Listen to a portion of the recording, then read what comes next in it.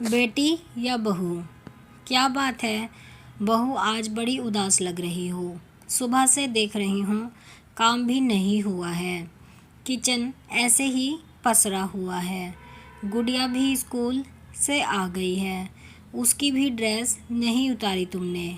दिनेश भी आने वाला होगा, उसके लिए भी अभी तक कुछ खाने पीने का तैयार नहीं किया है। मेरे भी पैरों पर सूजन आ रही है, मेरी भी अभी तक मालिश के लिए तेल तैयार नहीं किया है।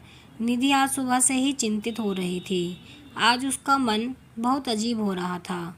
उसे एक ही चिंता खाए जा रही थी, आखिर उसका नियुक्ति पत्र अब तक उसके घर तक क्यों नहीं पहुंचा, जबकि उसकी ननद उषा का नियुक्ति पत्र 2 दिन पहले ही आ चुका था।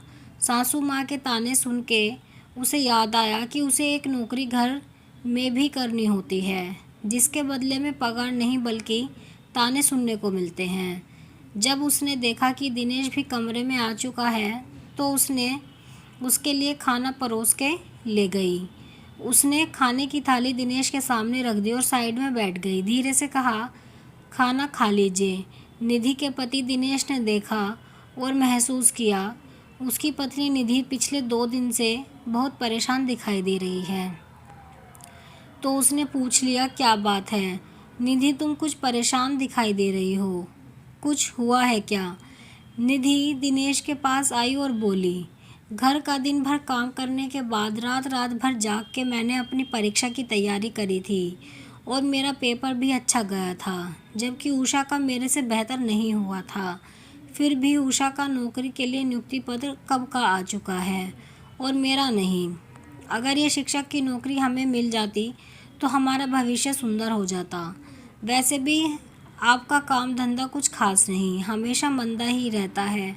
ऊपर से अब गुड़िया भी बड़ी हो रही है, उसकी परवरिश के लिए भी तो पैसे की ज़रूरत होगी। उसकी बेहतर शिक्षा के लिए कितना खर्चा चाहिए होगा। अपनी पत्नी निधि की बात सुन के दिनेश भी चिंतित हो गया। हाँ, तुम सही कह रही हो। उषा का तो पेपर तुम्हारे मुकाबले थोड़ा ख़राब ही था। हमने खुद बैठ के चेक किया था।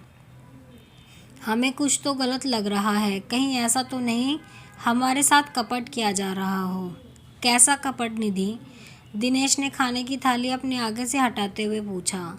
निधि एक पढ़ी लिखी और समझदार लड़की थी। उसने बात अपने मन में ही दबा ली और खुद की तहकीकात करने का फैसला किया। उषा बड़ी खुश नज़र आ रही थी क्योंकि अगले महीने उसकी नियुक्ति हो रही थी। वो अब एक सरकारी अध्यापिका बनने जा रही थी। उसकी खुशी का ठिकाना नहीं था। उसके पैर ज़मीन पर नहीं आसमान पर थे।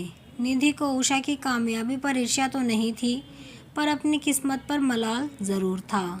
वो अंदर ही अंदर घुटन महसूस कर रही थी। करीब 6 महीने बाद दिवाली के त्यौहार की सफाई चल रही थी। निधि खुद सारे घर की साफ सफाई और रंगाई पुताई का जिम्मा ले रही थी। सफाई के दौरान उसकी नज़र स्टोर रूम में पड़े कबाड़ पर गई। उस कबाड़ में उसे एक लिफाफा मिला जिसके ऊपर उसी का नाम पड़ा हुआ था। उत्सुकता बस उसने जल्दी से उस लिफाफे को खोला और जो देखा उसे देख के उसके होश उड़ गए, मानो उसके पैरों के नीचे की ज़मीन ही खिसक गई हो। वो अपना सर पकड़ के अपने घुटनों के बल बैठ गई। वो अपने आंसू नहीं रोक पा रही थी। दोपहर का वक्त था। दिनेश अपनी दुकान बंद करके खाना खाने के लिए घर आया तो उसने देखा सारा सामान इधर उधर बिखरा हुआ है। तो उसने आवाज़ दी, निधि कहाँ हो? घर की क्या हालत बना रखी है? खाना बना अभी तक या नहीं? खोजते खोजते दिनेश स्टोर रूम तक आ पहुंचा। उसने देखा निधि बेसुध बैठी बस अपने आंसू टपका रही है। दिनेश ने निधि को पकड़ के खड़ा किया तो निधि उसके गले लग गई और फूट फूट कर रोने लग गई। क्या हुआ निधि, तुम रो क्यों रही हो? माँ ने कुछ कहा है क्या? दिनेश के बार बार पूछने पर भी निधि कोई भी उत्तर नहीं दे रही थी। जब दिनेश ने जोर देकर पूछा तो निधि ने अपने हाथ में पकड़ा हुआ लिफाफा उसकी ओर बढ़ा दिया। ये क्या है? कहते हुए दिनेश ने वो लिफाफा पकड़ा और उसके अंदर रखा वो पत्र निकाल के पढ़ा और असमंजस से उसकी ओर देखकर बोला, ये तो नियुक्ति पत्र है तुम्हारे नाम का। यहाँ स्टोर रूम में क्या कर रहा है? निधि ने कुछ नहीं कहा। उसकी नम आँखों ने सब कुछ बयां कर दिया। दिनेश को बहुत बुरा लगा, साथ ही उसे गुस्सा भी आया। इतनी मेहनत जो तुमने रात रात भर जाग जाग कर की थी, वो सब धूमिल हो गई। माँ कहाँ हो तुम? दिनेश डकराता हुआ बाहर निकल गया। उसकी माँ छत पर बैठी धूप ले रही थी। माँ, तुमने ये क्या किया? दिनेश ने वो नियुक्ति पत्र माँ के हाथ में थमाकर पूछा। पहले तो उसकी माँ चुप रही, लेकिन दिनेश के गुस्साते चेहरे को देखकर उन्होंने कहा, ये सब हमने तुम्हारी बहन उषा के बेहतर भविष्य के लिए किया था। पर माँ, वो कैसे? तुम्हारे बाबूजी की तबीयत खराब रहती है और हमारी भी। हम घर से किसी एक को ही दूर भेज सकते थे, या तो उषा को या फिर बहू को। उषा की अभी शादी नहीं हुई थी। नौकरी में लगी हुई लड़की की शादी अच्छे से घर में हो जाती है, इसलिए हमने ये फैसला लिया। और वैसे भी निधि की तो शादी हो चुकी है, वो माँ भी बन चुकी है। हमने उषा के बेहतर भविष्य के लिए सोचा। माँ, तुमने ज़रा भी नहीं सोचा बहू की नौकरी लगने से तो तुम्हारा घर भी अच्छा हो सकता था। कहकर निराश दिनेश भी शांत पड़ गया। बेटी के बेहतर भविष्य के लिए आपने अपनी बहू की ज़िंदगी अंधकार में धकेल दी। ये कहाँ का न्याय है माँ? क्या आपको अपनी पोती गुड़िया की ज़िंदगी के बारे में ज़रा भी ख्याल नहीं आया?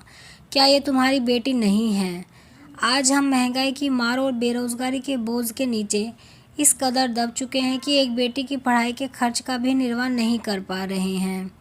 काश ये कागज़ का टुकड़ा हमें समय रहते मिल गया होता तो आज भी हम अपने सपनों की दुनिया में जी रहे होते। ये कहते कहते निधि की आंखों से आंसू निकल गए। हाँ, ये सच है, ज़्यादातर घरों में बहू को बहू और बेटी को बेटी ही समझा जाता है, इसलिए सास कभी माँ नहीं बन पाती। आप कमेंट में ज़रूर बताएं कि आपको ये कहानी कैसी लगी है। अगर आपको ये कहानी पसंद आई है तो वीडियो को लाइक करें, शेयर करें और चैनल को सब्सक्राइब करें ऐसी ही कहानियों के लिए।